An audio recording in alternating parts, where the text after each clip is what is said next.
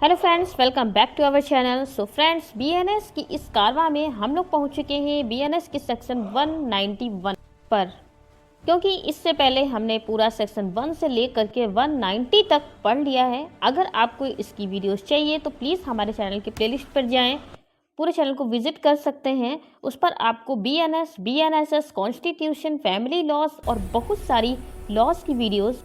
तो आज इस वीडियो में हम लोग जानेंगे बलवा किससे कहते हैं। तो अगर 5 लोग इकट्ठा होकर पत्थर चला दें तो क्या सिर्फ पत्थर चलाने वाला व्यक्ति ही दोषी होगा या वहां खड़ा हर व्यक्ति? तो बीएनएस की धारा 191 हमें इसी के बारे में बताती है कि बलवा करना क्या होता है।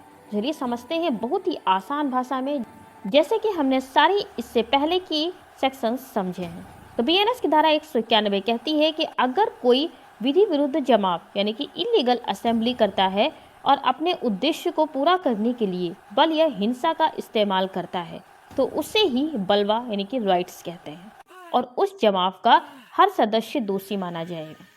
अगर 5 या उससे ज़्यादा लोग किसी गलत या गैर कानूनी मकसद से इकट्ठा होते हैं तो उसे विधि विरुद्ध जमाव कहते हैं। एग्जाम्पल के थ्रू हम समझते हैं, जैसे कि सड़क पर जाम लगा देना, सरकारी कामकाज को रोक देना, किसी को डराना या नुकसान पहुंचाना।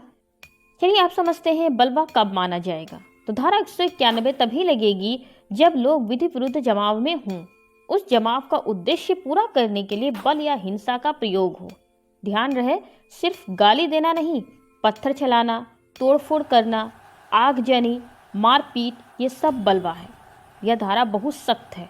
अगर 10 लोग खड़े हैं, 2 लोग पत्थर चला रहे हैं, फिर भी सभी 10 लोग बलवा के दोषी माने जाएंगे अगर वे उसी जमाव का हिस्सा हैं। मैंने कुछ नहीं किया, यह बहाना तो यहाँ चलता ही नहीं है, क्योंकि अगर आप कभी कानूनी दांव पेच में फंसे हों या आपका कोई जानने वाला फंसा हो तो आप इस चीज़ से बहुत अच्छे से वाकिफ होंगे कि कानून ये सब नहीं सुनता है।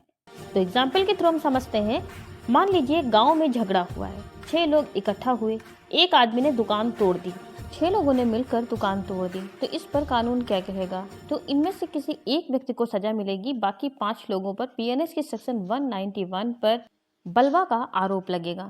तो आम लोगों के लिए सीख यही है कि भीड़ में खड़े होने से पहले सोचिए, गलत काम हो रहा हो तो दूरी बनाइए, वरना कानून आपको भी दोषी मान सकता है। गलत के साथ खड़ा होना भी अपराध है।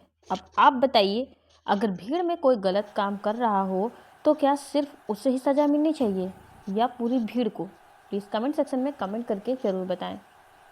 वीडियो पसंद आई हो प्लीज़ एक छोटा सा लाइक करिएगा, चैनल को सब्सक्राइब करिएगा, क्योंकि ऐसे ही इन्फॉर्मेटिव वीडियोस इस चैनल पर हम लाते रहते हैं। Thank you.